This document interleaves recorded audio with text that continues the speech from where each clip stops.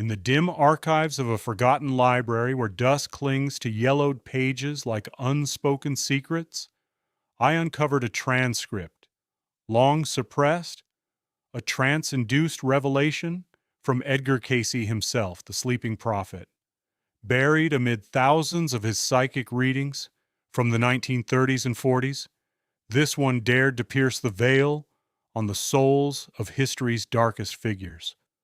Why was it sealed away? Perhaps because it shattered the comforting myths of eternal damnation, whispering, instead of a cosmic mirror, that no one, not even the mighty, could escape. Edgar Cayce was no ordinary man. Born in 1877 in rural Kentucky, he rose as one of the 20th century's most enigmatic mystics, entering deep trance states to channel insights on health, history, and the unseen realms of the spirit. His readings, over 14,000 documented visions, touched on Atlantis, healing, and prophecy, drawing seekers from across the world. Yet this particular session, conducted in 1941 amid the shadows of World War II, was overlooked, tucked into obscure files by his followers.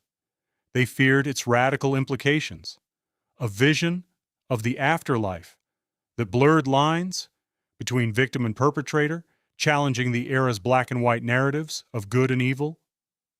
As bombs fell over Europe, Cayce's words offered no easy vengeance, only a profound, unsettling equilibrium. Fade into the ether of his trance, and Cayce unveils the core of his forbidden insight. The soul endures beyond the grave, immutable and unerasable, even for those who orchestrated oceans of suffering. No fiery abyss awaits the likes of Adolf Hitler, the architect of genocide, whose shadow still haunts our collective memory. Instead, upon shedding the physical form, the soul confronts an unyielding reflection, not of flesh, but of essence. In this spectral hall of mirrors, every deed replays not as distant memory, but as visceral immersion. The tyrant does not merely observe.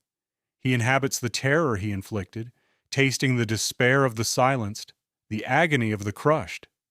It's a dissolution of self, where pride crumbles under the weight of empathy enforced by the universe itself. Cayce described it as the soul's inevitable audit, a realm where consciousness strips away illusions, forcing acknowledgement without intermediaries. No divine judge, but the raw echo of one's own actions rebounding eternally.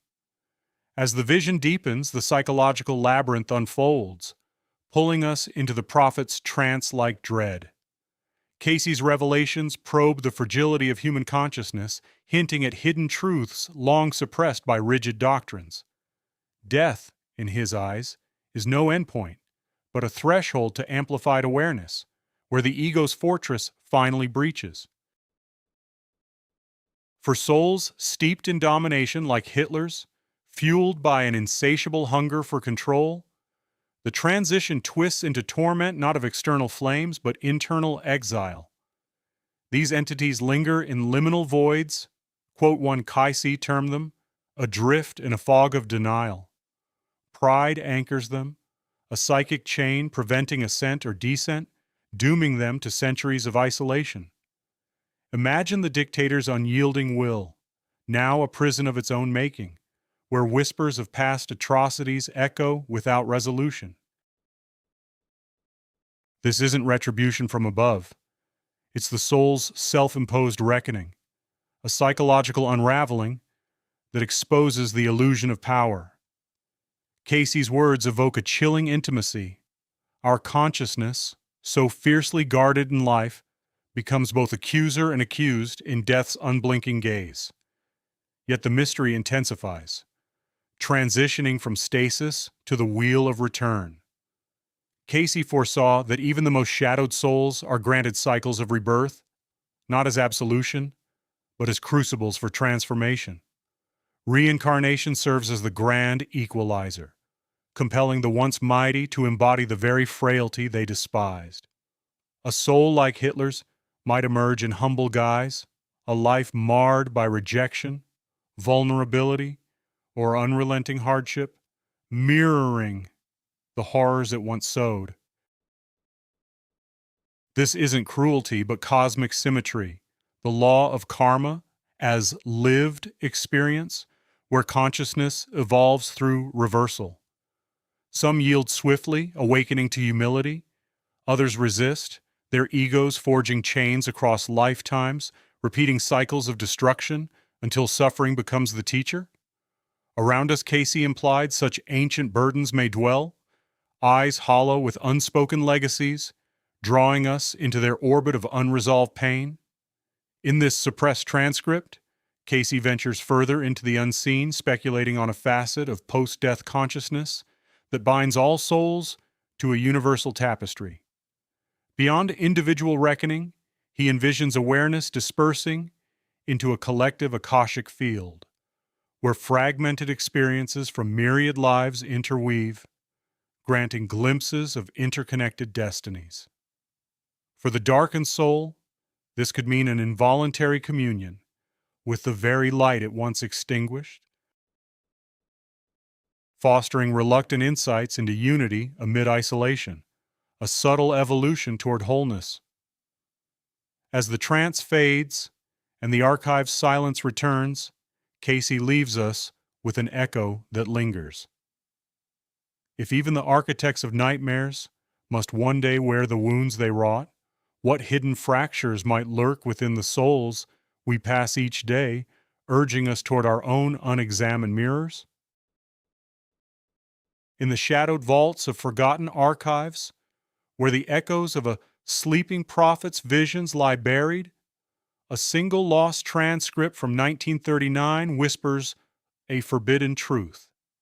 Edgar Cayce, the man who peered into the unseen realms, while entranced, revealed glimpses of souls adrift, energies unbound by flesh, capable of bridging the living and the dead in ways that chilled even his own followers.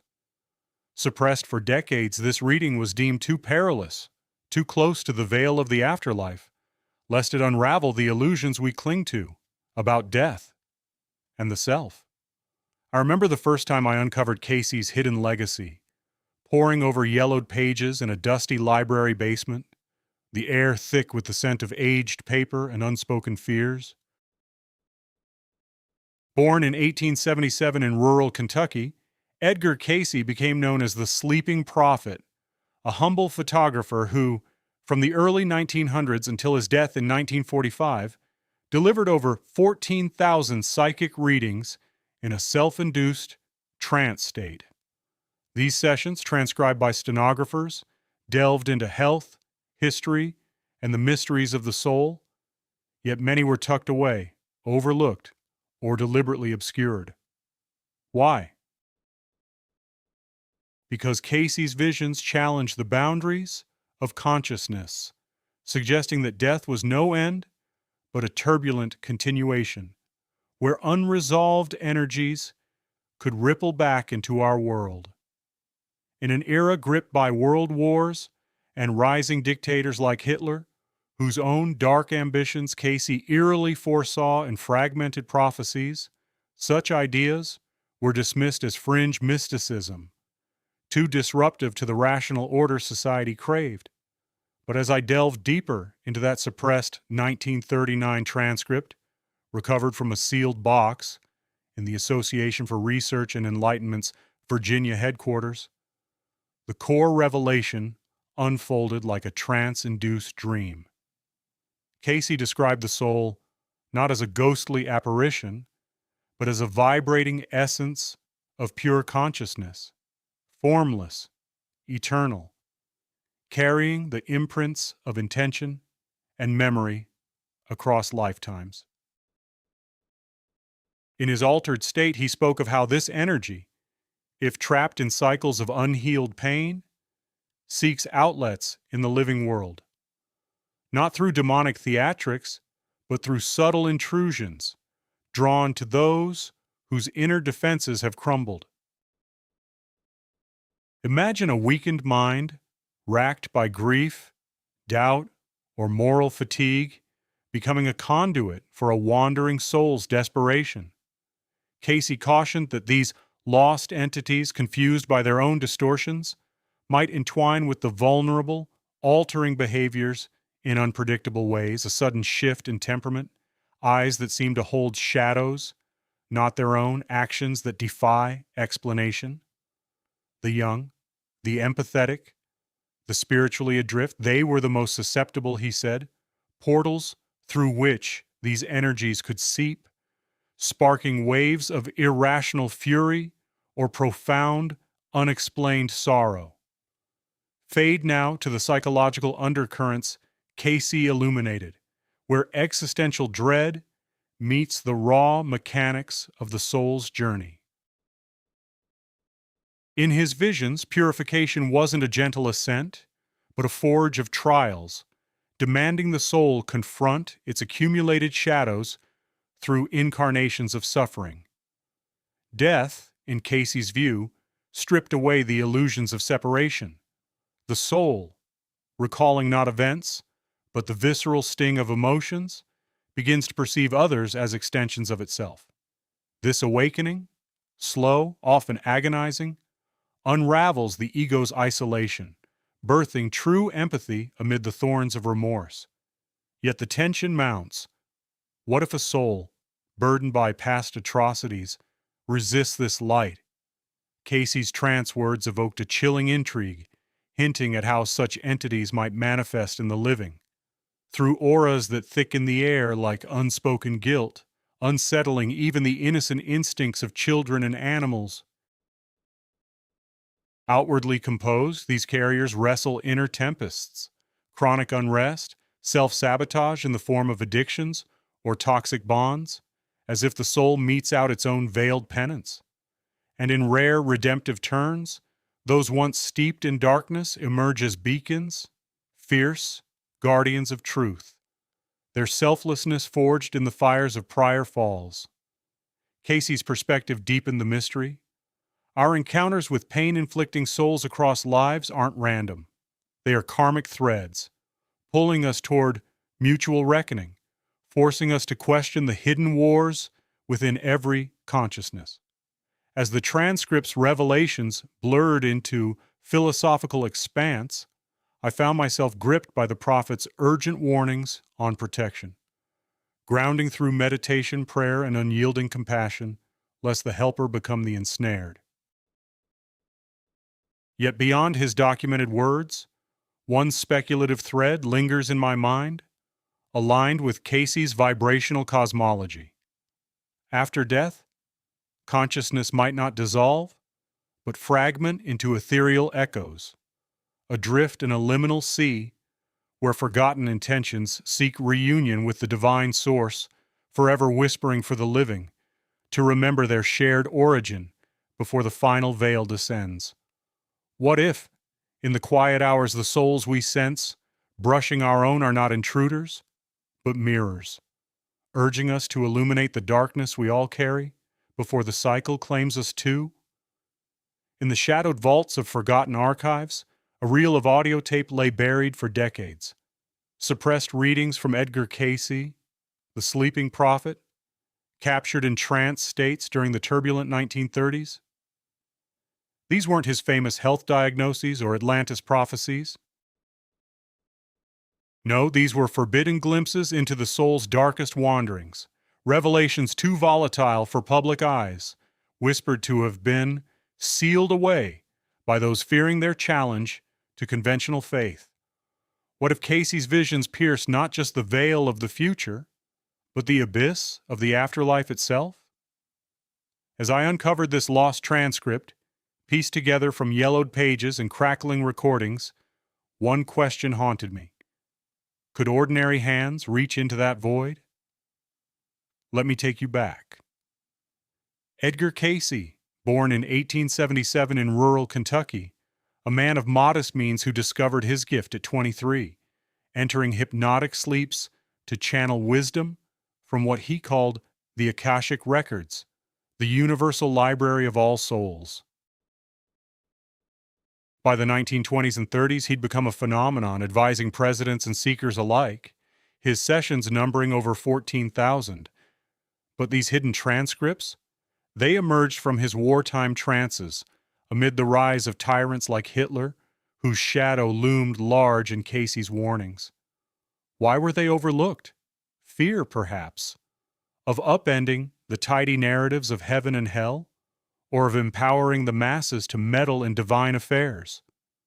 Buried in private collections, dismissed as too esoteric, they surfaced only recently through diligent researchers, revealing Cayce's unfiltered dives into consciousness beyond death. At the heart of these suppressed sessions beats a core revelation. We, the living, are not mere spectators in the soul's eternal drama. Cayce, in his altered states, described souls ensnared in twilight realms, neither fully incarnate nor dissolved, drawn inexorably by the vibrations we emit. Imagine it, a fallen entity, once a harbinger of destruction, adrift in fog-shrouded limbo, its essence fractured by choices of malice. Cayce saw them not as irredeemable monsters, but as echoes of light dimmed by cycles of pain. He spoke of how our unspoken prayers, raw, unscripted pleas for understanding rather than vengeance, act as beacons, threading light through the cracks of their isolation. In one reconstructed vision from the tapes, he murmured of a soul mirroring Hitler's torment, not condemning it to eternal fire, but illustrating how such darkness feeds on isolation, only to falter when met with compassionate resonance from the earthly plane. Fade now to the deeper currents where philosophy merges with the psyche's underbelly. Cayce's trance narratives expanded this into a profound psychological tapestry. Death, he insisted, isn't an end, but a threshold where consciousness confronts its own architecture. Souls choosing shadow, rapists, betrayers, architects of genocide, don't plummet to some fiery pit. They spiral into a self-imposed forgetting, a psychic erosion, where identity frays like ancient parchment. He likened it to a grand symphony unraveling note by note, each refusal of growth amplifying the discord until the soul's purpose blurs into chaos. Yet herein lies the intrigue. This isn't punishment from on high, but a natural degradation, a philosophical mirror to our waking doubts about free will and redemption. Cayce's visions deepened the tension. What if our fears and hopes, projected through daily lives, subtly reshape these inner worlds? In moments of quiet reflection, he revealed archetypes of the soul's journey, the wanderer seeking wholeness, the guardian offering unseen aid. It's a psychological labyrinth, urging us to question, are we healing the dead, or are they, in their silent vigil, reflecting our own buried shadows back at us? And yet, peering further into Cayce's forbidden lore, a speculative thread emerges, one he hinted at, but never fully charted, in surviving records. What if consciousness after death doesn't merely fragment, but disperses into a collective dreamscape where individual sparks mingle with the universal mind? In this ethereal weave, even the most shattered soul might glimpse forgotten unity, a momentary dissolution into oneness that whispers of rebirth, not as punishment, but as an invitation to remember the interconnected web of all existence. As the tape's final echoes fade, Cayce's words linger like a challenge. In a world quick to judge the irredeemable, what if your quiet act of empathy holds the key to unlocking eternities? If this stirs something within you, perhaps it's no accident. Maybe a soul across the veil is reaching back, waiting for the light you didn't know you could provide. In the shadowed vaults of forgotten institutions, a single reel of audio lay buried for decades. Suppressed transcripts from Edgar Cayce's final trance sessions, whispered to have been sealed away by those who feared their radical implications on the soul's eternal journey. What if the man known as the sleeping prophet glimpsed not just the future, but the hidden corridors of the afterlife, where even the architects of unimaginable darkness seek redemption? This is the lost revelation they tried to silence. I first encountered Cayce's world in the dim archives of the Association for Research and Enlightenment, founded in 1931 in Virginia Beach, where his thousands of documented readings, over 14,000 psychic diagnoses, and prophecies delivered in a self-induced hypnotic state were cataloged under strict scrutiny.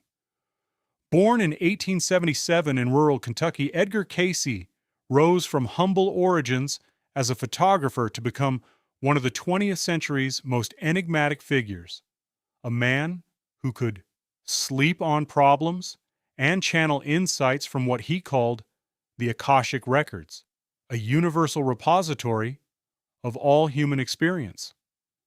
Yet, certain sessions from the 1940s amid World War II's horrors were deliberately overlooked or redacted.